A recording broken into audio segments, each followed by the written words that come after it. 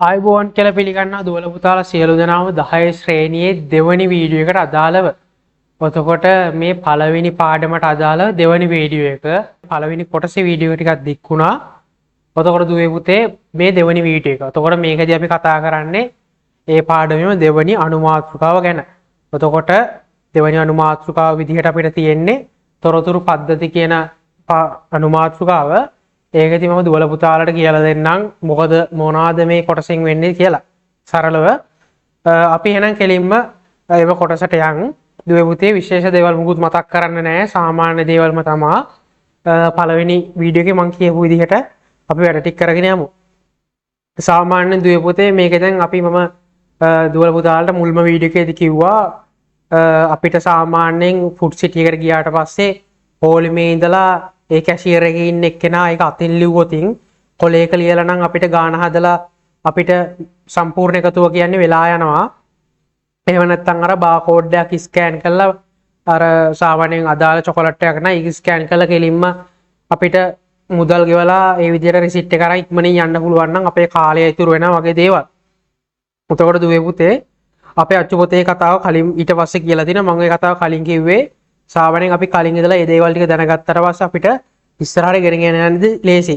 ඔතකොට දුවේ පුතේ මේක තියෙන එදා පෑනක් පැන්සලක් හෝ වෙනත් උපකරණයක් ආධාරයෙන් දත්ත සකස් කරගත් මිනිසා අද පරිගණක භාවිතයෙන් දත්ත සකස් කරගනී කියලා. ඒක මම දුවල පුතාලට කලින්ම ඔප්පු කරා. ඊට අමතරව දුවේ පුතේ ඊළඟ පොයින්ට් එක අපි ගොඩාරියක් වැදගත් දුවල පුතාලා මේ කොටස ලියා ගන්න පද්ධතියක් යනු. හරි දුවේ පුතේ මේ ෂෝට් නෝට් එකට දාගන්න. උඩි දෙවණියට මේ තොරතුරු පද්ධති කියලා අනුමාත්‍රිකාව දාලා දැන් මුලින්ම දුවල පුතාලා දාලා තියෙනවා දත්ත සහ තොරතුරු කියලා අනුමාත්‍රිකාව. ඒ පාඩෙම තොරතුරු පද්ධති කියලා මාතෘකාව දාලා ඒක ලියන්න දුවල පුතාලා පද්ධතියක් යනු යම්කිසි කාර්යයක් ඉටු කර ගැනීම සඳහා සංඝටක කිහිපයක් එකිනෙකට සම්බන්ධව ක්‍රියා කිරීමයි. දුවල පුතාලා ලියා ගන්න මම ස්ක්‍රීන් එක ෂෙයා කරන්නම්. හරිද? මම ස්ක්‍රීන් එක ෂෙයා කරන්නම්. කලින් පාර මම කිව්වට මම දැන් ෂෙයා කරන්න ස්ක්‍රීන් එක දුවල පුතාලා තනින් බලා ගන්නත් පුළුවන්. හරි? මම දැන් ස්ක්‍රීන් එක ෂෙයා කරන්නම්. මේක ලියා ගන්න දුවේ පුතේ මෙතන තොරතුරු පද්ධති කියලා මාතෘකාව දාලා ලියන්න පද්ධතියක් යනු මෙතන පද්ධතියක් යනු යම්කිසි කාර්යයක් ඉටු කර ගැනීම සඳහා සංඝටක කිහිපයක් එකිනෙකට සම්බන්ධව ක්‍රියා කිරීමයි කියලා දුවල පුතාලා ලියන්න. දුවල පුතාලා මේ වීඩියෝ එක නවත්තලා ඒ කොටස ලියා ගන්න. ඊළඟට දුවේ පුතේ අපිට තියෙනවා දත්ත සකස් කිරීමට යොමු කිරීම ලෙසත් සකස් වූ තොරතුරු ලබා ගැනීම ප්‍රතිදානය. එහෙම නැත්නම් අවුට්පුට් ලෙසත් හැඳින්වෙලු. මේ සියල්ල එකතුව තොරතුරු පද්ධතියක් ලෙස හැඳින්වේ. මම දුවල පුතාලාට මේ පද්ධතියක් කියන එක මේ ඉස්සරහට පැහැදිලි කරලා දෙන්නම්. දැනට දුවේ පුතේ මෙහෙම යමු. එතකොට දුවේ පුතේ දැන් මෙතන ඉන්පුට් අවුට්පුට් කියලා දෙකක් තියෙනවා. එතකොට මේ ඉන්පුට් අවුට්පුට් කියන එක මුලින්ම දුවේ පුතේ අපිට හම්බෙන්නේ 6 වසර පළවෙනි පාඩමේදී. දුවල පුතාලාට මේ ඉන්පුට් අවුට්පුට් දැන ලොකුවට දැනගන්න ඕන නම් ඒ කියන්නේ මේ ගැන මුකුත්ම දන්නේ නැත්නම් දුවල පුතාලා මගේ මේ channel එකේ තියෙන 6 ශ්‍රේණියට අදාළව පළවන කොටස බලවන පාඩමට අදාළව පළවන කොටසේ වීඩියෝ එක බලන්න. ඒකේ මේ ඉන්පුට් අවුට්පුට් ඊට පස්සේ process ගැන හොඳට කියා දීලා තියෙනවා 6 වසර ළමයින්ට තේරෙන විදිහට. ඉතින් 10 වසර දුවල පුතාලා ඒ කොටස මුකුත්ම දන්නේ නැත්නම් ඒ කොටස බලන්න. එතකොට දුවේ පුතේ මෙතන ඉන්පුට් කියලා එකක් තියෙනවා අවුට්පුට් කියලා එකක් තියෙනවා. මම දුවල පුතාලට මේ කොටස උට්ට මතක් කරන්නම්. එතකොට දුවේ පුතේ ඉන්පුට් සහ අවුට්පුට් කියලා එකක් තියෙනවා. ඒ කියන්නේ දැන් උදාහරණයකට මෙතන පරිගණකයේ තියෙනවානේ. පරිගණකයේ තියෙනවා කියලා හිතන්නකෝ. එතකොට අපි මේකට දත්ත දෙන්න ඕන. හරිද? අපි මේකට දත්ත දෙන්න ඕන. අපි මේකට කියන්නේ දත්ත ඉන්පුට් කරනවා කියලා. ඊළඟට මේකේ process එකක් වෙනවා. හරිද? එතකොට process එකක් වෙනවා. මේ process එකෙන් පස්සේ දත්ත අපිට බලා ගන්න පුළුවන්. ඒක තමයි output කියන්නේ. එතකොට අපි මේ පැත්තෙන් ඉඳගෙන අපිට අදාළ දේ බලා ගන්න පුළුවන්. එතකොට එහෙම දේ මොනිටරේ තියෙන දේ බලා ගන්න පුළුවන්. මේ පැත්තට දත්ත අපි දාන්න ඕන. හරිද? මේ පැත්තෙන් ඉඳගෙනත් අපි දත්ත දානවා. අපි මේ පැත්තෙන් ඉඳගෙන දත්ත පරිගණකයට ඇතුළත් කරනවා. දුවල පුතාලා මොන හරි ඇතුළත් කරනවා කීබෝඩ් එකේ ටයිප් කරනවා මොන හරි ටයිප් කරලා ඊළඟට පරිගණකයේ එක සේව් කරනවා. ඊට පස්සේ දුවල පුතාලා මේ සේව් කරපු එක ආපහු ඕපන් කරලා බලන එක තමයි අවුට්පුට් කියන්නේ. ඔක තමයි දුවේ පුතේ සාමාන්‍ය අදහස දත්ත ක්‍රියාවලිය. ඒක එතකොට දුවේ පුතේ මෙතන කියන දත්ත සකස් කිරීමට ඉන්පුට් ලෙසත් සකස් වූ තොරතුරු ලබා ගැනීම ප්‍රතිදාන ලෙසත් හඳුන්වනවා. ඒ කියන්නේ අපි මේ තොරතුරු යොමු කරන එක තොරතුරු දෙන එක ඉන්පුට් ලෙසත් එදීපු තොරතුරු අපසර ගන්න එක අවුට්පුට් ලෙසත් හඳුන්වනවා. මේ හැම එකෙම කොටුව තොරතුරු පද්ධතියක් වෙනවලු. එතකොට දුවේ පුතේ තොරතුරු පද්ධතියක තියෙන්න පුළුවන් ප්‍රධාන අංග දෙක තමයි ඉන්පුට් සහ අවුට්පුට්. දුවල පුතාලා මේක අනිවාර්යෙන් මතක තියාගන්න ඕන. වාර විභාගෙදී අහන්න පුළුවන්. වාර විභාගෙදී විතර නෙවෙයි ඕ ලෙවල් විභාගෙදී මේ වගේ ප්‍රශ්නයක් එන්න පුළුවන්. පද්ධතියක තොරතුරු පද්ධතියක අඩංගු වන ප්‍රධාන කොටස් දෙක ඉන්පුට් සහ අවුට්පුට්. අනිවාර්යෙන් මතක තියාගන්න මේකෙන් ප්‍රශ්න අහන්න පුළුවන්.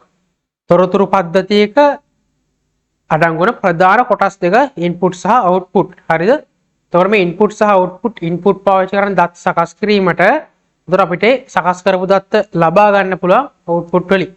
හරි. එතකොට දුවේ පුතේ පද්ධතියක් කියන්නේ යම්කිසි කාර්යයක් ඉටු කරගන්න යම්කිසි කාර්යයක් ඉටු කරගන්න. ඒ කියන්නේ අපිට මොනවාක අවශ්‍යතාවයක් තියෙනවා අපිට මොකක් කාර්යයක් තියෙනවා නම් ඒ කාර්යය ඉෂ්ට කරගන්න සංගත කිහිපයකින් සම්බන්ධව ක්‍රියා කරන එකක් තමයි එකිනෙකට සම්බන්ධව ක්‍රියා කරන එකක් තමයි පද්ධතියක් කියන්නේ. අපිට මොකක් හරි කාර්යයක් ඉටු කරගන්න අවශ්‍ය නම් සංගතක කිහිපයක් එකිනෙක සම්බන්ධ වෙලා කියන්නේ කොටස් ටිකක් එක දිග සම්බන්ධ වෙලා ඒක ක්‍රියා කරන එක තමයි පද්ධතියක් කියන්නේ. එතකොට දුවේ පුතේ මම ඒ ගැන තව ඉදිරියේදී පැහැදිලි කරන්නම් උදාහරණත් එක්ක. සාමාන්‍යයෙන් තොරතුරු පද්ධති වල දත්ත ගබඩා කිරීම වැදගත් කාර්යයක්ලු. ඒක චුපතේ තියෙනවා තොරතුරු පද්ධති වල දත්ත ගබඩා කිරීම වැදගත් කාර්යයක්. යම් අවස්ථාවල තොරතුරු ලබා දීමට ආදානය කළ දත්ත මෙන්ම ගබඩා කළ දත්තද පාවිච්චි කරනවලු. හරි ඒකේ මොකද්ද කියන්නේ? එක සමහර අවස්ථාවලදී තොරතුරු ලබා දීමට ආදානය කරපු දත්ත මෙන්ම ගබඩා කළ දත්තද පාවිච්චි වෙනවලු. එතකොට දුවේ පුතේ ඒ කියන්නේ අපිට අවුට්පුට් එකක් ගන්න. හරිද? අවුට්පුට් එකට ඉන්පුට් කරන data වලට අමතරව කලින් ඉන්පුට් කරපු dataත් පාවිච්චි කරනවා කියලා තමයි මේ කියන්නේ. හරිද? ඒතොර එසේනම් තොරතුරු පද්ධතියක ප්‍රධාන කාර්යය වන්නේ දත්ත ලබා ගැනීමත් ඒවා සකස් කිරීම හා සුරකිරීමත් අවශ්‍ය වූ විට අවශ්‍ය තොරතුරු ලබා දීමත් වේලු. දුවල පුතාලා මේකත් පොඩි පොයින්ට් එකක් තියෙනවා. මම මේ ටික එක දිගට කියවන් ගිහිල්ලා දුවල පුතාලා පිළිවෙලට ඔක්කොම දේවල් ටික පැහැදිලි කරලා දෙන්න. ඊළඟට දුවේ පුතේ අපිට රූපෙකුත් තියෙනවා පහළ. අපි ඊට කලින් මේ උඩ තිබුණ දේවල් ගැන හරි අයිඩියා එකක් අරන් ඉමු. දුවල පුතාලා මම මේක ඉක්මනින් කියාගෙන ගියේ පොඩි අදහසක් දෙන්න. මෙන්න මේ දේවල් ටික තමයි තියෙන්නේ. තේරුම් නැති වුණාට කිසිම ගැටලුවක් නැහැ. මම දැන් තමයි කියලා දෙන්න පටන් ගන්නෙ. දැන් දුවේ පුතේ මම ඔයාලට කිව්වා මෙහෙම ඉන්පුට් කියලා එකක් තියෙනවා, ප්‍රොසෙස් කියලා එකක් තියෙනවා, අවුට්පුට් කියලා එකක් තියෙනවා. සරල කතාවක් තියෙනවා කියලා. අපිට මේ කතාව මුලින්ම හම්බෙන්නේ 6 වසර පළවෙනි පාඩමේදී. හරිද? එතකොට දුවේ පුතේ මෙතනදී පොඩ්ඩක් ඒක පොඩ්ඩක් වැඩි දියුණු කරලා තියෙනවා. ඒ කියන්නේ අපිට 10 ශ්‍රේණියේදී පොඩ්ඩක් වැඩි දියුණු කරලා තියෙනවා මේ කොටස. එතකොට දුවේ පුතේ අපි දත්ත ලබා දෙන එකට තමයි ඉන්පුට් කියලා කියන්නේ. හරිද? දත්ත ලබා දෙන එක තමයි ඉන්පුට්. ඒ කියන්නේ ආදානය. හරිද? දුවල පුතාලා දැන් මෙතන මම ඇඳලා තියෙනවනේ මෙතන. අපි ඉන්පුට්. හරි? ඒ කියන්නේ ලබා දෙනවා. දත්ත ලබා දීම. හරි? ඉන්පුට් කියන්නේ දත්ත ලබා දීම. එතකොට අවශ්‍ය දැන් අපි දත්ත ලබා දුන්නම හරිද? අපි දත්ත ලබා දුන්නම අපිට තොරතුරු එළියට ගන්න පුළුවන්. හරිද? දැන් අපි කලින් දත්ත සහ තොරතුරුත් එක සෙල්ලම් කරානේ. අපි දත්ත සහ තොරතුරු කියන්නේ මොනවාද කියලා බැලුවා. හරි? අපි පරිගණකයට දත්ත දුන්නාට පස්සේ පරිගණකයේ යම්කිසි ක්‍රියාවක් කරලා අපිට තොරතුරු එළියට දෙනවා. අපි කිව්වම දැන් උෂ්ණත්වය මෙන්න මේ වගේ එකක් තියෙන්නේ මේ වෙලාවේ වැස්සා කියලා අපි පරිගණකයේ කිව්වම එයා කියනවා හරි. හෙට 70%ක් වහින්න ඉඩ තියෙනවා. 70%ක් වහින්න ඉඩ තියෙනවා. උෂ්ණත්වය උඩරම යන්න පුළුවන් සෙල්සියස් අංශක 28යි කියලා කියන්න පුළුවන්. එතකොට එයා තොරතුරක් අපිට දෙන්නේ. එතකොට තොරතුරක් තමයි ප්‍රතිදානය කරන්නේ. එතකොට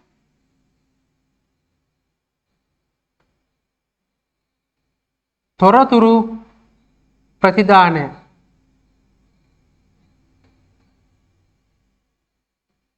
එතකොට දුවේ පුතේ අපි දත්ත දුන්නම පරිගණකයට එයා ක්‍රියාවලියක් කරලා අපිට තොරතුරු ප්‍රතිදානය කරනවා. හරිද? එතකොට මේ ක්‍රියාවලිය කියන්නේ දත්ත සකස් කිරීමයි ගබඩා කිරීමයි. ඒ කියන්නේ මෙයා දත්ත හදන්න ඕනනේ. කියන්නේ මෙයා දත්ත අපි මේ දෙන දත්ත ටික මේ හදන්න ඕනේ. හදලා එයා කම්පියුටරේ සේව් කරගෙන තමයි අපිට දෙන්නේ. කියන්නේ අපිට අද ඕනනම් තොරතුරු අද ගන්න පුළුවන්. අපිට ඕන ඒ තොරම හෙටත් ගන්න පුළුවන්. හැබැයි හෙටත් ගන්න නම් මෙයා ළඟ කොහෙද? මෙයා එක මතක තියාගන්න ඕනේ. මෙයා සේව් කරලා තියාගන්න. එතකොට මේ ප්‍රොසෙස් එක පරිගණකේ වෙන්නේ මොකක්ද? දත්ත සකස් කිරීම සහ ගබඩා කිරීම කොටස් දෙකම මෙයාගේ වෙනවා. මම මෙතන ලියන්නම්. දත්ත සකස්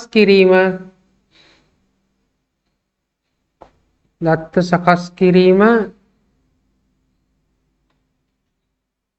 හා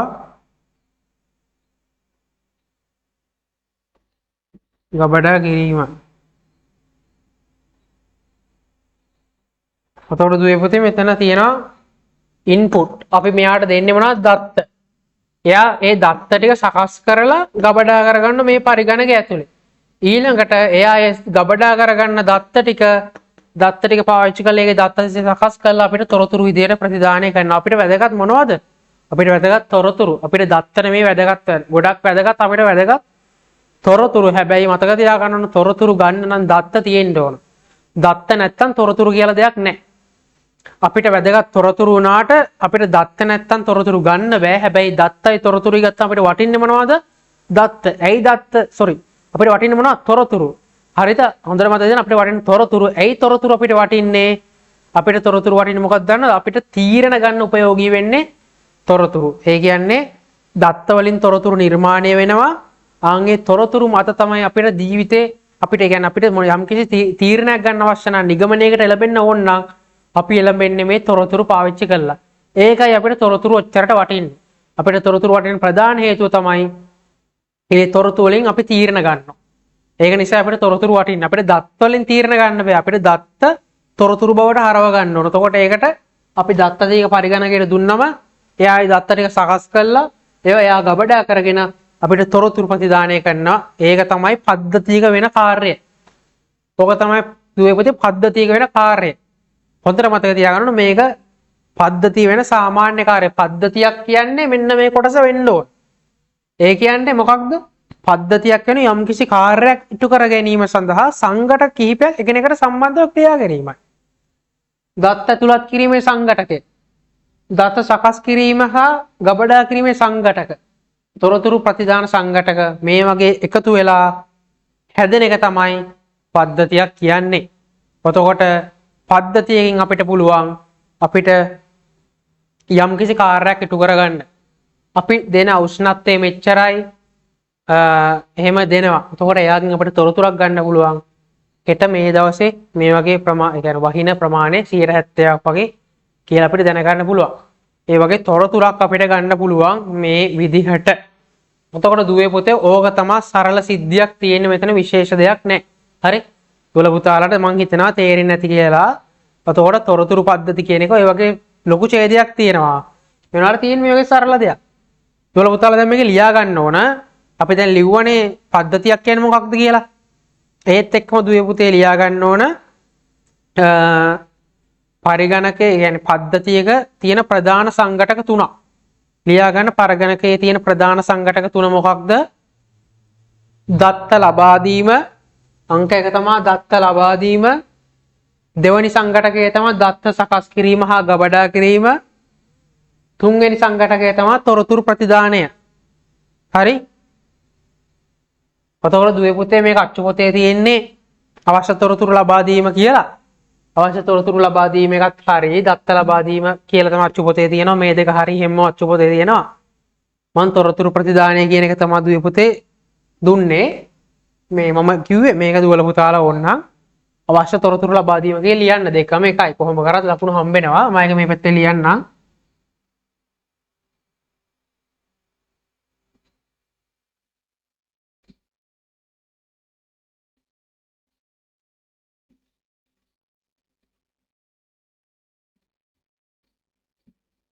ඔතන අවශ්‍ය තොරතුරු ලබා දීම මේ දෙකම එකයි. තොරතුරු ප්‍රතිදානය කියන්නේ මේක. හරිද?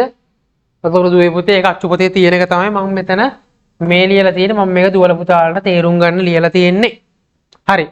එතකොට දුවේ පුතේ මේකට තමයි ආදානෙ ඉන්පුට් කියන්නේ ආදානෙ. ප්‍රොසෙස් කියන්නේ සැකසීම.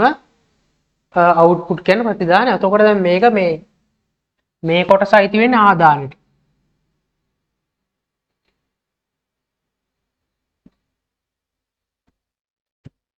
මේ ආදානය මේ සැකසීම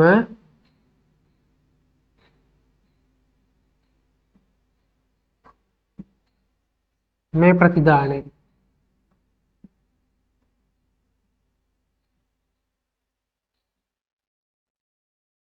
දුවල පුතාලා මේක නෝට් එකක් දාගත්තත් කමක් නැහැ. ඔය පළවෙනි කොටසේ පොතේ තියෙන ලොකු ඡේදය මේ ෂෝට් නෝට් කරලා තමයි මේ තියෙන්නේ. දුවල පුතාලා මේක ලියද්දි ආදානය කියලා මේ විදිහට රූපයක් ඇඳලා දත්ත ලබා දීම කියලා දාලා මේ විදිහට මේක ඕන්න ලියා ගන්න. මෙතන මේ තොරතුරු ප්‍රතිදාන වෙනකොට අවශ්‍ය තොරතුරු ලබා දීම කියලා ලිව්වත් හරි. මේ දෙකම හරි. දුවල පුතාලට වඩා හොඳයි අවශ්‍ය තොරතුරු ලබා දීම කියලා ලියනවා නම් අච්චු පොතේ තියෙන එක. එහෙම ලියනවා නම් හරි. එහෙම ලියනවා නම් දෙකම හරි, දෙකම එකම අදහස. මෙතන ප්‍රතිදානේ තියෙන නිසා තොරතුරු ප්‍රතිදානය කියලා මම මෙතන ලිව්වේ. අවශ්‍ය නම් මේක ලියන්න දුවල පුතාලා. මේක පොඩියට නෝට් එකක් දාගන්න. මොකද මේක තමයි පළවෙනි ඡේදවල තියෙන සාරාංශය. ඒ කියන්නේ දත්ත ලබා දෙනවා. මේ process කියන්නේ සැකසීම. මම මේ ඉංග්‍රීසියෙන් මෙතන යටින් ලියලා තියෙන input කියන්නේ ආදානය, ප්‍රතිදානය output. මම මේ ලියලා තියෙන මේ ඉංග්‍රීසි සිංහල දෙකම. දුවල පුතාලා මේක නෝට් එකක් දාගන්න ඇති කියලා හිතනවා. එහෙම හදාගත්තේ නැත්නම් වීඩියෝ එක මෙතනින් නවත්තලා මේකේ නෝට් එකක් දාගන්න. හරි දුවේ පුතේ. එතකොට අපිට සාමාන්‍යයෙන් දැන් පද්ධතියක් කියනවනේ. අපි පද්ධතියක් ගත්තාම අපිට දිනදා ජීවිතේදී පද්ධති හම්බ වෙනවා. හරිද? ඒක සාමාන්‍යයෙන් විදිහට අපිට ජීවත් වෙද්දී දිනදා ජීවිතේ පද්ධති හම්බ වෙනවා. අච්චු පොතේ දීලා තියෙන පළවෙනි උදාහරණය තමයි ATM යන්ත්‍රය. දැන් දුවල පුතාලා කල්පනා කරන්න ඇති මොකක්ද මේ ATM යන්ත්‍රය? මේකේ මොකක්ද තියෙන පද්ධති කොටස කියලා. හරිද? හරි. මම පැහැදිලි කරලා කියන්නම්. දුවේ පුතේ ATM යන්ත්‍රය කියන්නේ දුවල පුතාලා සමහර දැකලා ඇති, සමහරු දැකලා නැතුව ඇති. මම දුවල පුතාලා දැන් අන්තර්ජාලය හරහා ATM යන්ත්‍රය පෙන්වන්නම්. දුවල පුතාලා ස්ක්‍රීන් එක ෂෙයා කරන්නම් මම ඔතකොට බලන්න. දුවල පුතාලා මේ වගේ එකක් දැකලා තියෙනව නේද? ATM මැෂින් එක කියන්නේ මෙන්න මේක. හරිද? අපිට බැංකුවේදී අපි බැංකුවේ මුදල් දානවනේ. අපි සල්ලි තැන්පත් කරනවනේ. එතකොට අපි දැන් බැංකුවට සල්ලි තැන්පත් කරාට පස්සේ මේ සල්ලි ගන්න බැංකුවටම හැමෝටම යන්න බෑනේ. හැමනිතරම් බැංකුව ඇරලා නැහැනේ. දැන් රෑ 4ට දුවල පුතාලා ගෙදර කාටට සල්ලි ගන්න ඕනොතින් බැංකුවට යන්න ඕන. රෑ 4ට තමයි සල්ලි ගන්න ඕන. එතකොට රෑ 4 බැංකුව වහලානේ. ඒක පහසු කරන්න තමයි මේ ATM යන්ත්‍ර තියෙන්නේ. මේකේ ඉතින් අපිට පැය 24 ඕනම වෙලාවක මුදල් ගන්න පුළුවන්. ඒ මුදල් ගන්න අපිට ATM බැංකුවෙන් දෙන කාඩ් එකක්. මේ දාන්නේ කාඩ් එක. ওই කාඩ් එක දැම්මම අපිට මේ ATM යන්ත්‍රයෙන් බලනවා මේ කාඩ් එක ඇත්තටම මෙයාගේද කියලා. ඒක අපිට පින් අංකයක් දෙනවා. පාස්වර්ඩ් එකක් දෙනවා. ඒ පින් අංකය අපි මේකට ඇතුළත් කරාට පස්සේ එයා බලනවා මේ පින් අංකේ හරි. පින් අංකය හරි. එහෙනම් මෙයාට මේ account එකේ තියෙන සල්ලි ගන්න පුළුවන් කියලා හදනවා. මේ තියෙන දුවේ පුතේ මේ කාඩ් එක. මේ කාඩ් එක හම්බෙන්නේ අපිට බැංකුවේ. හරිද? මේක අපිට බැංකුවෙන් හම්බෙන්නේ. මේ කාඩ් එක පාවිච්චි කරලා අපිට පුළුවන් බැංකුවේ තියෙන මුදල් එළියට ගන්න. හරිද දුවේ පුතේ? එතකොට අපිට සාමාන්‍ය ලංකාවේ ඕනම බැංකුවක ATM යන්ත්‍ර තියෙනවා දැන්. අපිට එතකොට දැන් හිතන්නකෝ දුවල පුතාලා මේක අමතක කරුණා. දුවල පුතාලා තියෙන්නේ මේ HNB බැංකුවේ account එකක් කියලා. එතකොට ඒ වුණා කියලා ඒ කාඩ් එකෙන් BOC බැංකුවේ ATM එකෙන් සල්ලි ගන්න පුළුවන්. HNB වෙන්න ඕනේ රුපියල් 30ක් කැපෙනවා. ඊළඟට සාමාන්‍ය ATM එකකින් ගන්න නම් පුතාලා බැංකුවත් BOC නම් BOC ATM එකකින් නම් ගන්න රුපියල් 5යි කැපෙන්නේ. වෙන බැංකුවක ATM මැෂින් එකකින් ගන්න 30ක් කැපෙනවා. දැනට හරිය මේ මම මේ වීඩියෝ කරන දවස්වල එහෙම තමයි. ATM යන්ත්‍රය කියන්නේ දුවේ පුතේ උතකොට මෙහෙම එකක්. හරිද? උතකොට අපිට තියෙනවා මේක අර පළවෙනි උදාහරණ තමයි බැංකු පද්ධතියේ යොදා ගන්න ස්වයංක්‍රීය ට්‍රේලර් යන්ත්‍රය. හරි. එහෙම එකක් කියනවා. හරි. ඒතර බලමු මොකද්ද මේ කියන්නේ කියලා. මෙහිදී බැංකු කාඩ් පත යන්ත්‍රයට ඇතුළත් කළ විට දත්ත සැකසීමේ ක්‍රියාවලියක් සිදු වී ගිණුම සම්බන්ධ තොරතුරු ලැබේ. හරි. මේකෙදි වෙන්නේ දුවේ පුතේ මෙහෙමයි. මුලින්ම ATM කාඩ් පත තියෙනවා. මේ කාඩ් එක අපි මේ මැෂින් එක ඇතුළට දානවා. හරි. එතකොට මෙතනදී දත්ත ඇතුළත් කිරීම වෙන්නේ මොකද්ද? කාඩ් එක ඇතුළු කරන එක. කාඩ් එක ඇතුළත් කරන එක තමයි දත්ත ඇතුළත් කිරීම. ඊළඟට දුවේ පුතේ තව පින් අංකය ගහන්න ඕනේ. ඒකත් දත්ත ඇතුළත් කරන එක. මොකද අපි පින් අංකය ගැහුවොත් විතරයි මේ කාඩ් එක ඇත්තටම අපේද නැද්ද කියලා හොයන්න පුළුවන්. ඉතින් ඒක නිසා පින් අංකය ඇතුළත් කිරීමත් අනිවාර්යයි. ඔතකොට කාඩ් එක ඇතුළත් කිරීම සහ පින් අංකය ඇතුළත් කිරීම දත්ත ආදානයක විදිහට අපිට ගන්න පුළුවන්. හරිද? ඔතකොට දුවේ පුතේ බැංකු පරිගණක පද්ධතිය ATM මැෂින් එකෙන් බලනවා මේ කාඩ් එක මෙයාගෙමද? ඒ කියන්නේ මෙයා අපිට දීපු පින් අංකය හරිද? ඒක තමයි සකස් කිරීම. ඒක යා බලලා අපිට කියනවා හරි ඔයාගේ account එකේ මෙන්න මෙච්චරක් තියෙනවා. ඔයාට මේ සල්ලි ගන්න පුළුවන් කියලා. ඒක තමයි තොරතුරු ලැබීම. එතකොට ඒක තමයි අවශ්‍ය තොරතුරු ලබා දීම. එතකොට දුවේ පුතේ දුවල පුතාලට දැන් තේරෙනවා දත්ත ලබා දීම කියන්නේ මොනවාද? ATM කාඩ් එක ඇතුළත් කිරීම, පින් අංකය ඇතුළත් කිරීම තමයි දත්ත ඇතුළත් කිරීමට අයිති වෙන්නේ. එතකොට ඒ දත්ත ඇතුළත් කරන එක අපේ ඉන්පුට් විදියට ගන්නවා ඉන්පුට් එක. එතකොට process එක සැකසීම වෙන්නේ මොකද්ද? අපි ඇතුළත් කරපු දත්ත හරිද කියලා බලන එක. ඒ දත්ත හරිනම් මේක ඇත්ත මේ කාඩ් එක අයිති කෙනාම නම් ඒ කියන්නේ කාඩ් එකේ පින් අංකය තමන්ගේ පෞද්ගලික දෙයක්නේ. ඒක අපි තව කෙනෙක්ට දෙන්නේ නැහැ. එතකොට වෙන කෙනෙක්ට මේකේ සල්ලි ගන්න නම් අපේ කාඩ් එකයි අපිට බැංකුවෙන් ලබා දීපු පින් අංකය දෙකම තියෙන්න ඕන. එහෙම තියෙනවා නම් ඕන කෙනෙක්ට සල්ලි ගන්න පුළුවන්. ඒ නිසා දුවල පුතාලට එහෙම කාඩ් එකක් තියෙනවා නම් කිසිම කෙනෙක්ට දෙන්න එපා. අම්මා තාත්තට දෙන්න මං කියන්නේ යාළුවොත් එක්ක බෙදා ගන්න එපා. ඒත් දුවේ පුතේ මේකේ process එකක් වෙනවා සකස් කිරීමක්. ඊළඟට ප්‍රතිදාන වෙනවා බැංකුවේ account එකේ මෙන්න මෙච්චර මුදලක් තියෙනවා. මේ මුදල ඔයාට ගන්න පුළුවන් කියලා එනවා. ඒක තමයි output එක. එතකොට දුවේ පුතේ බැංකු පද්ධතිය ATM මැෂින් එකක වෙන ක්‍රියාවලිය තමයි මම දැන් මේ පැහැදිලි කරේ. අපි දෙවෙනි උදාහරණයට යමු. ඒකේ තියෙන දුවේ පුතේ පැමිණීම් වාර්තා කිරීම සඳහා භාවිතා කරන ඇඟිලි හලකුණු යන්ත්‍රය. ඒ කියන්නේ දුවල පුතාලා මේක දැකලා තියෙනවද නැත්නම් මම පෙන්නන්න. fingerprint machine එක. හරිද? අපි ඒක බලමු. fingerprint machine එක.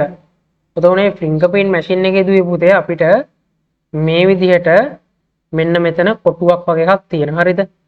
ගොඩක් වෙලාවට ලොකු කම්පැනි වල ගොඩක් වෙලාවට ඉස්සරහ ඉස්කෝලේටත් ඒවි ලොකු ගොඩක් කම්පැනි වල සේවකයා එන්නේ. ඒ කියන්නේ වැඩ කරන එක්කෙනා මෙතන වැඩට එන්නේ කීයටද කියලා බලාගන්න මේ වගේ මැෂින් තියෙනවා. එතකොට එයා උදේ එන වෙලාවට මෙතනට ඇඟිල්ල තියලා යන්න ඕන. එතකොට එයා ආවා කියලා මේ මැෂින් එකේ සටහන් වෙනවා. එයා එතනින් එළියට යද්දි ආයෙ ඇඟිල්ල තියලා යන්න ඕන. එතකොට එතන සටහන් වෙනවා මේ අදාළ කෙනා එළියට ගියා කියලා. ආන් ඒ වගේ තමයි පුතා මේකේ දුවේ පුතේ මේකේ වෙන ක්‍රියාවලිය. එතකොට දුවේ පුතේ මෙතනදී අපිට ආදානය වෙන්නේ මොකක්ද? අපිට ආදානය වෙන්නේ දත්ත. ඒ කියන්නේ මේ ඇඟිල්ල තියෙන එක තමයි ආදානය. දුවල පුතාලා දන්නා දුවල පුතාලාගේ fingerprint එක 100ක් ගත්තොත් fingerprint 100ක්. ඒ කියන්නේ ඇඟිලි සලකුණ එකිනෙකාට වෙනස්. ඒක සමාන නැහැ කවදාවත්. ඉතින් දැන් දුවල පුතාලට අපිට වෙන කෙනෙක්ට ඇඟිලි සලකුණ තියන්න බෑ වෙන කෙනෙක්ගේ එකකට. මොකද අපේ ඇඟිලි සලකුණ අපිට විතරයි. අපිට වෙන කෙනෙක්ගේ ඇඟිලි සලකුණක් ගන්නත් බෑ. අපේ ඇඟිලි සලකුණක් වෙන කෙනෙක්ට තියලා මේක යාගේ කියලා කියන්නත් බෑ. එතකොට දුවේ පුතේ මේකට ආදාන වෙන්නේ මොකක්ද? ඇඟිල්ල තියෙන එක ඇඟිල්ල තිබ්බට පස්සේ ඒක ආදානයක් වෙනවා. ඊළඟට මේ යන්ත්‍රයෙන් බලනවා මේ ඇඟිල්ල මේ අදාළ එක්කෙනාගේමද? මේ ඇඟිල්ල තිබ්බේ කවුද? මේ යන්ත්‍රය දැන් දුවල පුතාලා හිතන්නකෝ දැන් ඔය මොකක් හරි කම්පැනියක් තියෙන ඒ කම්පැනියට ගිහිල්ලා දුවල පුතාලා එතන වැඩ කරන්නේ නිකන් ඇඟිල්ල තියලා බලනවා. එතකොට මේකෙන් රතු පාට එළියක් පෙන්නනවා. මොකද රතු පාට එළියක් වනේ සමහර වෙලාවෙන් එළියක් පෙන්වන්නේ නැහැ. සමහර වෙලාවෙන් අපිට කියනවා මේ ඔයා මේකේ වැඩ කරන කෙනෙක් නෙමෙයි කියලා. මොකද මේ යන්ත්‍රයට දීලා තියෙන්නේ මේකේ වැඩ කරන අයගේ fingerprint විතරයි. මොකද එළී කට්ටිය කියව දීලා හරියන්නේ නැහැ නේ. වැඩ කරන කට්ටිය කියවපයි දෙන්න. එතකොට මේ යන්ත්‍රයට දීලා තියෙන්නේ මේක වැඩ කරන අයගේ විතරයි. එතකොට උදේට වැඩ කරන කෙනෙක් ඇවිල්ලා මේකට ඇඟිල්ල තිබ්බොත් යන්ත්‍රය බලනවා මෙයා මෙතන වැඩ කරනවද? හරි. ඒක තමයි සකස් කිරීම. එයා මේක වැඩ කරනවද කියලා බලන එක තමයි සකස් කිරීම. එතකොට එයා මේක වැඩ කරනවා නම් එයාට පෙන්නනවා දැන් වෙලාව එයා මේ වෙලාවට ආවා. ඊළඟට ඔයාගේ නම ඩෙන්ටිටි කාඩ් නම්බර් එක වගේ දේවල් මේකේ බලලා කියනවා ඔයා මේ වෙලාවට ආවා. ඒක සටහන් කරගත්තා කියලා. එතකොට තොරතුරු එළියට ලබා දීම තමයි ඒකෙන් සිද්ධ වෙන්නේ. එතකොට අපි දත්තයක් විදියට fingerprint එක තිබ්බම ඒ මැෂින් එකේ සකස් කිරීමක් වෙනවා. මේ ෆින්ගර්ප්‍රින්ට් එක තියපගෙන මෙතන වැඩ කරනවද කියලා බලන සකස් කිරීම වෙනවා. ඊට පස්සේ අපිට තොරතුරු එළියට දෙනවා. ඔයාගේ නම මෙන්න මේක, නම තොරතුරක්, ආපු වෙලාව තොරතුරක්, මේ දේවල්. ඊළඟ ඒ වගේම අපි යද්දි අපි ෆින්ගර්ප්‍රින්ට් එකක් විදිහට ඇඟිල්ල තිබ්බම මේ ක්‍රියාවලියෙන් වෙලා අපිට පිට වෙච්ච වෙලාව නම වගේ දේවල් පෙන්නනවා. එතකොට දුවේ පුතේ තුන්වෙනි උදාහරණය විදිහට දීලා තියෙනවා තොරතුරු සෙවීම සඳහා භාවිත වන QR කේතය. හරිද? දුවල පුතාලා දන්නවා මේ QR කෝඩ් ගැන. අපි දැන් කතා කරමු QR කෝඩ් ගැන. දුවල පුතාලාට පෙන්නන්නම්. QR කෝඩ් එක කියන්නේ මේ QR කෝඩ් එක ඇතුලේ තියෙන දුවේ පුතේ මේ QR කෝඩ් එක ඇතුලේ තොරතුරු තියෙනවා. ඒ කියන්නේ මේක මේ කොටු කෑලි ගොඩක් වුණාට මේක ඇතුලේ තොරතුරු තියෙනවා. අපිට මේක ඇතුලේ තොරතුරු දාන්න පුළුවන්. අපිට පුළුවන් QR කෝඩ් එක හදන්න. උදාහරණයක් විදිහට අපිට අපේ නම දාලා ඒ කියන්නේ කවුරු හරි මේ QR කෝඩ් එක ෆෝන් එකේ ස්කෑන් කරාට පස්සේ අපේ නම, අපේ වයස ඩිස්ප්ලේ වෙන්න හදන්න පුළුවන්. ආන් ඒ වගේ කොටසක් අපිට මේකෙන් කරන්න පුළුවන් දුවේ පුතේ. එතකොට මේ QR කෝඩ් කියන්නේ එහෙම. ඒ කියන්නේ දැන් හිතන්නකෝ දුවල පුතාලා හිතන්නකෝ දුවල පුතාලා නෙමෙයි. මොකක් හරි ආයතනයක ප්‍රධානියෙක් ඉන්නවා. එයාට නිතර කට්ටිය ඇවිල්ලා එයාත් එක්ක කතා කරන්න එනවා කට්ටිය. එතකොට එයාට එතනට වෙලා එන කට්ටිය නම්බරේ දී ඉන්න පුළුවන්ද? නම නම්බරේ දී ඉන්න පුළුවන්. නම මගේ නම මේක, නම්බරේ මේක කියලා එහෙම බෑනේ. එතකොට එයාට පුළුවන් මේ වගේ QR කෝඩ් එකකට එයාගේ නමයි, ෆෝන් නම්බර් එකයි දාලා එන අය ඇවිල්ලා මේ විදිහට ෆෝන් එක ස්කෑන් කරාට පස්සේ එයාලට නමයි නම්බර් එකයි තියෙනවා. එතකොට ඕන කෙනාට කෝල් එකක් ගන්න පුළුවන්. ඒ වගේ දේවල් මේ QR කෝඩ් වලින් අපිට කරන්න පුළුවන්. එතකොට මෙතන කියනවා දුවේ පුතේ මෙම QR කේතේ ජංගම දුරකථන මගින් සුපරික් සීමෙන් ස්කෑන් කරාට පස්සේ ඒ ඔස්සේ අන්තර්ජාලය හා සම්බන්ධ වී වෙනම සේවාව හෝ භාණ්ඩ පිළිබඳ වැඩිපුර තොරතුරු එම ආයතන වෙබ් අඩවියෙන් ලබාගත හැකිය. QR කේතේ බහුල භාවිතා වන ස්ථානයේ පුවත්පත්වල සංගරාවල වෙළඳ භාණ්ඩවල මම දුවල පුතාට කිව්වා බාර් එකක් තියෙනවා කියලා. අපි ගන්න චොකලට් වල ඒ වගේම තමයි QR කෝඩ් එකකුත් ඒකත් එක්ක තියෙනවා. අපිට උතකට බලා ගන්න පුළුවන් මේ චොකලට් එක හදලා තියෙන මොන කම්පැනියෙන්ද, මේ චොකලට් එක කොච්චරක් බරයිද වගේ දේවල් අපිට බලා ගන්න පුළුවන්. එතකොට දුවේ පුතේ මේවා දාන්නේ මිනිස්සුන්ගේ පහසුව සඳහා. එතකොට අපි බලමු මේකෙදි ඉන්පුට් අවුට්පුට් සැකසීම වෙන්නේ මොකද්ද කියලා. එතකොට දුවේ පුතේ අපි මේ QR කෝඩ් එක ස්කෑන් කරන එක, මේ QR කෝඩ් එක සුපරික්ෂීම තමයි මේකේ ආදානය වෙන්නේ. එතකොට සැකසීම, ඒ කියන්නේ process එක තමයි මේ QR කෝඩ් එක කුමකට අයිති එකක්ද, මේ QR කෝඩ් එක මොකක්ද කියලා බලන එක තමයි සැකසීම. ඊළඟට දුවේ පුතේ ප්‍රතිදානය තමයි මේ QR කෝඩ් එකට අදාළව දේවල් එළියට දෙන එක. ඒ කියන්නේ උදාහරණයක් විදියට දුවල පුතාලා දැන් චොකලට් එකේ තියෙන QR කෝඩ් එක ෆෝන් එකෙන් ස්කෑන් කරනවා. ඒක එතකොට ආදානයක්, දත්ත ආදානය කිරීම QR කෝඩ් එක ස්කෑන් කරන එක. ඊළඟට අන්තර්ජාලයත් එක්ක සම්බන්ධ වෙන එක. ඒක තමයි process එක. එතකොට ඒ කියන්නේ ක්‍රියාවලියක් වෙනවා එතන. ඒක තමයි process එක. එතකොට අන්තර්ජාලයත් එක්ක සම්බන්ධ වෙනවා. ඊළඟට දුවල පුතාලට ෆෝන් එකෙන් බලා ගන්න පුළුවන් මේ අදාළ QR කෝඩ් එක ස්කෑන් කරපු එකට අදාළ විස්තර ටික. එතකොට ඒක තමයි ප්‍රතිදානය. එතකොට දුවේ පුතේ ආසතොරතුරු ලබා දීම තමයි ඒක. එතකොට අපිට එහෙම දෙයක් ගන්න පුළුවන්. ඊළඟට දුවේ පුතේ තියෙනවා මෙතන වෙළඳපොළ තොරතුරු සැකසීම කියලා. හරිද? එතකොට දුවේ පුතේ මෙතනදී කියන පහත උදාහරණ වල පෙන්වන අයුරින් දත්ත සකස් කිරීම සඳහා පරිගණකයක් හෝ පරිගණකගත කරන ලද යන්ත්‍රයක් උපයෝගී කරගන්නා බවත් එමගින් ලැබෙන තොරතුරු තීරණය ගැනීම සඳහා යොදා ගන්න බවත් පැහැදිලි වේලු. අපි මේ කියවල බලමු. මිලදී ගැනීම කියලා එකක් තියෙනවා, විකුණුම් කියලා එකක් තියෙනවා, මෙතන මුදලක් තියෙනවා, වර්ෂයක් තියෙනවා, ආදායම් කියලා එකක් තියෙනවා, 2013 2014 කියලා අවුරුද්දක් තියෙනවා, ලාභය කියලා එකක් තියෙනවා, 2000 තියෙනවා. ඒක විදිහට දේවල් ටිකක් තියෙනවා. මේ දත්ත පුතේ. තොර දුවල පුතාලට පේනවා මේ ඔක්කොම මේ ප්‍රමාදතා තියෙන දත්ත. එතකොට මේ දත්ත අපිට සකස් කරන්න පුළුවන්. ඒ කියන්නේ අපි මේ දැන් වෙළඳ ඒ කියන්නේ මාක් හරි හිතන්නකෝ වෙළඳසැලක් තියෙනවා. එහෙම නැත්නම් කම්පැනියක් තියෙනවා. එතකොට මේ කම්පැනියේ මෙයාලා උදාහරණයකට වෙළඳසැලක් ගන්නකෝ. මේ වෙළඳසැලේ අද දවසේ භාණ්ඩ කීයක් විකුණනද? මොනවද විකුණලා තියෙන භාණ්ඩ? ඒ භාණ්ඩ අපිට මිලදී ගන්න රුපියල් කීයක් ගිහිලා තියෙනවද? භාණ්ඩේ විකුණලා තියෙන්නේ කීයටද? එතකොට භාණ්ඩෙන් අපිට රුපියල් කීයක් ලාභද? වගේ දේවල් අපිට බලන්න පුළුවන් නේද? ඒක අපිට දත්ත තියෙන්න ඕන. මොනවද දත්ත? මිලදී ගත්ත මුදල. අපි මිලදී ගත්ත මුදල. ඊළඟට ඒ භාණ්ඩේ විකුණුම් මුදල. විකුණපු මුදල. ඊළඟට ලාභය තියෙන්න ඕන. ඊළඟට ඒ වගේ දේවල් තිබුණොත් අපිට පුළුවන් තොරතුරක් එළියට ගන්න මේ භාණ්ඩේ රුපියල් මෙන්න මෙච්චරක් ලාභයි කියලා. එතකොට දුවේ පොතේ දත්ත ප්‍රමාණයකින් ඒ දත්ත ටික සකස් කරලා අපිට පුළුවන් තොරතුරක් එළියට ගන්න. උදාහරණයක් විදිහට ප්‍රාදේශීය සහකාර කාර්යාලවල මාසික ආදායම් පසුගිය වසරට සාපේක්ෂව වැඩි කියලා කියන්න පුළුවන්. එතකොට අඩු ආදායම් සහිත ප්‍රදේශවල ප්‍රවර්ධන වැඩසටහන පවත්වන්න පුළුවන්. ඒ කියන්නේ දුවේ පුතේ මේ තොරතුරු පාවිච්චි කරලා තීරණ ගන්න පුළුවන්. අපි එක අපේ උදාහරණයට දාගමු. දැන් දුවේ පුතේ මෙතනදී අපි බලනවා හරි අද දවසේ මෙන්න මෙච්චරක් භාණ්ඩ විකිනිලා. එතකොට දුවේ පුතේ භාණ්ඩේ අපි මිලදී ගන්නවා රුපියල් 50ට. හරිද? ඔන්න දුවගේ සහ පුතාගේ ඔන්න තියෙනවා බිස්නස් එකක්. ඔයාලගේ වෙළඳසැලක්. ඔයාලා රුපියල් 50ට භාණ්ඩයක් කොළඹින් ගේනවා. ඔයාලා වෙළඳසැලේ විකුණලා දෙන රුපියල් 40ට. ඕගොල්ලොන්ට ලාභද පාඩුවද? රුපියල් 10ක් පාඩුයි නේද? ඔයගොල්ලෝ 50ට අරගෙන විකුණලා තියෙන 40ට. එතකොට ඔයාලට මේ දත්ත ටික සකස් කළා. ඔයාලා ගාව දත්ත තියෙනවා. කීයටද ගෙනාවේ? විකුණන්නේ කීයටද? ලාභයක්ද අලාභයක්ද? ඒ දත්ත. ඒ ටික බලලා ඔයාලට ඒක සකස් කරලා බලන්න පුළුවන්. මම අද පාඩු කරගෙන මම ගත්ත මුදලට වඩා අඩු මුදලට තමයි භාණ්ඩ විකුණලා තියෙන්නේ. ඒක තොරතුරක්. අපි ගත්ත මුදලට වඩා අඩු මුදලට තමයි බඩු විකුණලා තියෙන එක තොරතුරක්. එතකොට අපිට තීරණයක් ගන්න පුළුවන් හරි. මම 50ට නම් මේ භාණ්ඩය ගත්තේ මම 60ට විකුණන්න ඕනේ නැත්නම් මට පාඩුයි. මට පාඩුයි කියලා අපිට තීරණයක් ගන්න පුළුවන්. එතකොට අපි ගන්න තීරණය මොකද්ද?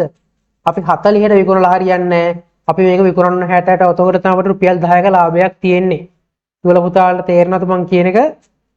මං හිතනවා තේරෙනවා ඇති කියලා. අන්න ඒ වගේ අපිට පුළුවන් දුවේ පුතේ මේ දත්ත සහ තොරතුරු එක ගනුදෙනු කරන්න.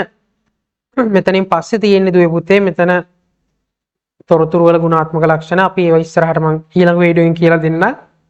එතකොට දුවේ පුතේ අපි මෙතන චුට්ටක් ලියා ගන්න ඕන. අපි මුල් ටික අදාළ දේවල් ටික මෙතන ෂෝට් නෝට් එකක් ඇඳගත්ත මම බෝඩ් එකේ දාලා තිබ්බ එක මං හිතනවා දුවල පුතාලා ඒක අඳගන්න නැති කියලා.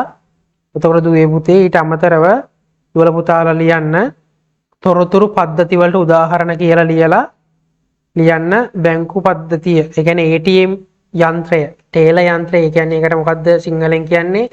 ඉංග්‍රීසියෙන් තමයි ATM මැෂින් කියලා කියන්නේ. සිංහලෙන් කියන්නේ බැංකු පද්ධතිය වලට යොදා ගන්න ස්වයංක්‍රීය ටේලර් යන්ත්‍රය.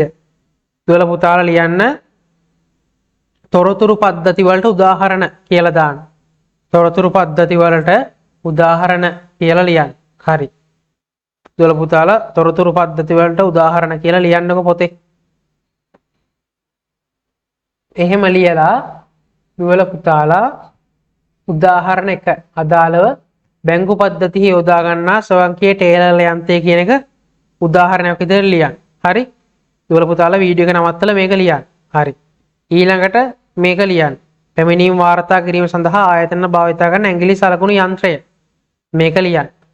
වීඩියෝ එක නවත්තලා මේක ලියන්න දුවල පුතාලා. ඊළඟට දුවේ පුතේ මේක ලියන්න.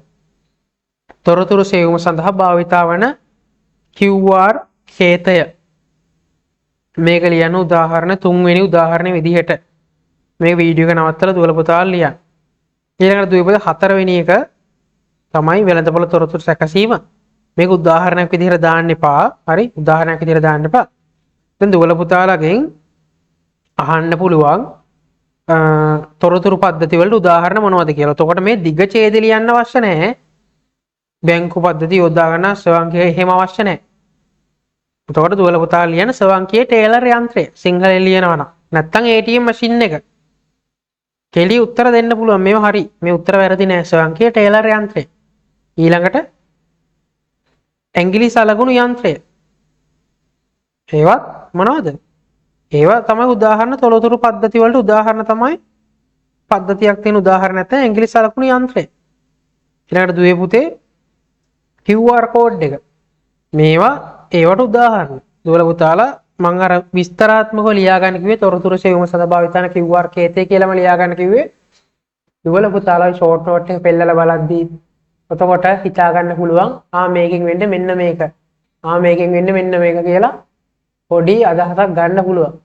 ඒකයි මම දුවල පුතාලාට කිව්වේ ඒ සම්පූර්ණ එක ලියා ගන්න කියලා. එතකොට මතක තියාගන්න මම කියපු උදාහරණ මම දුවල පුතාලා ෆොටෝස් එක්කම පෙන්නුවේ ඒකයි. මේවා සමහරට දැකලා දකින්න විදිහක් නැහැ ෆින්ගර්ප්‍රින්ට් මැෂින් එක. ඒ කියන්නේ ඇඟිලි සලකුණු යන්ත්‍රය. ඒකයි මම අන්තර්ජාලයෙන් ෆොටෝස් එක්කම පෙන්නුවේ. එතකොට දුවල පුතාලාට මේ ටික බලා ගන්න පුළුවන්. හරි. මම හිතනවා දැන් දුවල පුතාලාට මේ ටික තේරෙන්නේ නැති කියලා. හරි. එතකොට අපි ඊළඟ වීඩියෝ එකෙන් මේ කොටස් ගැන කතා කරමු. දැනට මේ වීඩියෝ එකෙන් මේ ටික විතරයි. මම දැන් ස්ක්‍රීන් ෂෙයා කරන එක නවත්තනවා. හරිද පුතේ? එතකොට ඔයාලට දැන් තේරෙනව නේද?